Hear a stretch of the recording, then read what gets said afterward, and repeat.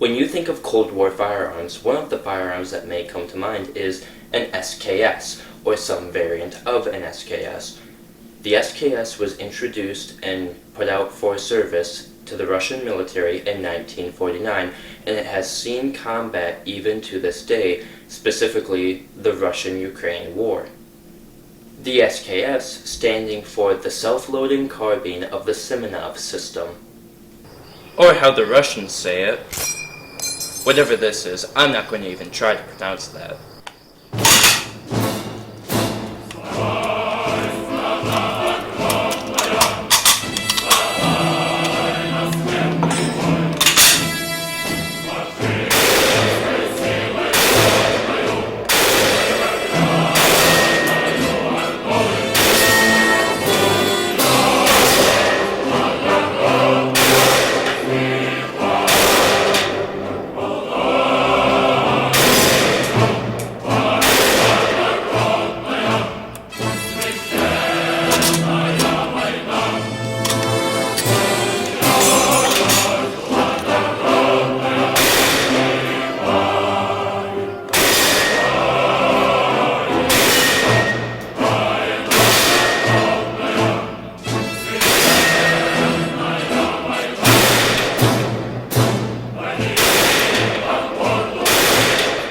So that is the self-loading carbine of the Semenov system. And as some of you may have already seen, this is not an exact Russian SKS. This is a Yugo Zastava SKS. But they are basically similar rifles, or just different versions of the same rifle, still using the same system and everything. With the Yugo is it has a grenade launcher at the end and a switch. That's hot. A switch which you can turn to expel the gas completely out of the barrel, or which will make it bolt action at that point, or semi-automatic. Now, there have been problems with the Yugo, is that the gas valve will actually get corroded and it's hard to turn. However, I actually did have that happen on this specific rifle. However, I got it fixed and everything, so it works flawlessly. Or as flawless as you can get something like this. This rifle is almost 70 years old. So I wanted to show what it would be like shooting this rifle when the gas valve is turned to grenade launcher mode. I mean, that allows you to flip up grenade launcher sights and everything. Unfortunately, I do not have any dummies to practice on. However, I will show you what that's like. So I have 4 shots loaded up, and now we're going to fire them, and I'll show you what I'm talking about. So basically, it just directs all of the gas down the barrel of the rifle and uses none of the gas to propel the bolt back. Oh, nice again.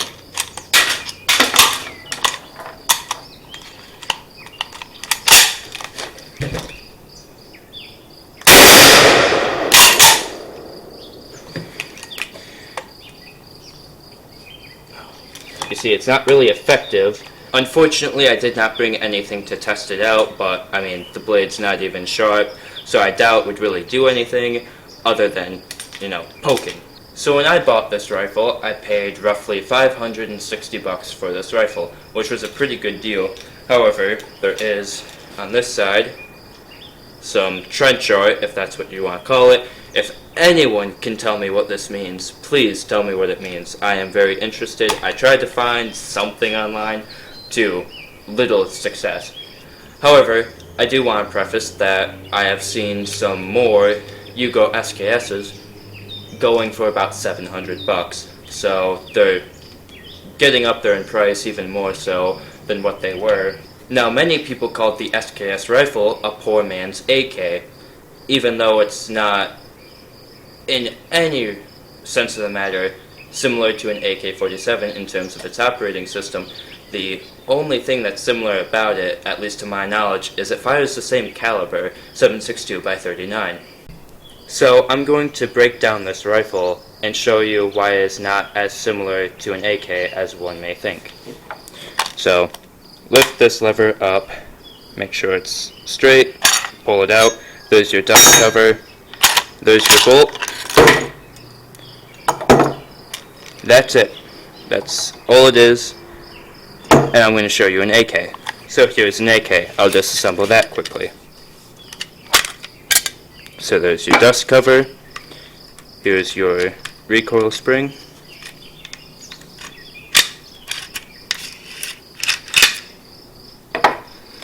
Here is the bolt carrier group. That's the big difference. It's a long stroke gas piston system operating on a rotating bolt, while this is a tilting bolt design.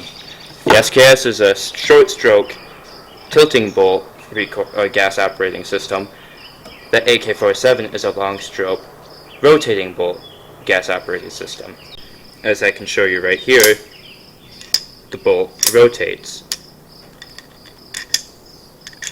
It rotates. Now, something unique to, I believe, the Zastava by design is these night sights. You have your regular iron sights, and then flip up night sights, which I think is pretty neat. Now, AK versus SKS is like the AR versus Mini 14. The SKS Mini 14 is going to get around your dystopian gun laws because it doesn't have the arbitrary features that assault weapons do. So this is going to get around your dystopian gun laws. This, if you live in a competent gun law state, you'll have this. I'm not saying this is a bad rifle by any means, or that you shouldn't own one, or that this is frivolous. Either of these, I prefer either one of these. The gun you have is better than a gun that you don't have. If you're more comfortable with this than you are this, go with this. This is going to get around dystopian gun laws. This won't, because of arbitrary features. And that's kind of all I have to say about AK versus SKS. However, this specific model won't be allowed in California. I did a short on it. It's because of the grenade launcher at the end. Yes, I know, the grenade launcher at the end. They define it as a destructive device in California, therefore you cannot own one. In some states, it's illegal to have the bayonet lug. On a rifle that can shoot comfortably at 300 yards, you cannot have a bayonet. Why does that make any sense? I don't know. Ask the politicians who know absolutely nothing about guns. So, you cannot have a bayonet on some states, but yeah, you can shoot 300 yards. Makes sense. I'm not saying that guns should be illegal and bayonets should be legal. I'm saying that gun laws make absolutely no sense. So anyway, this is the Yugo SKS. It's a pretty cool rifle. It's actually the first rifle that I ever bought when I was 18.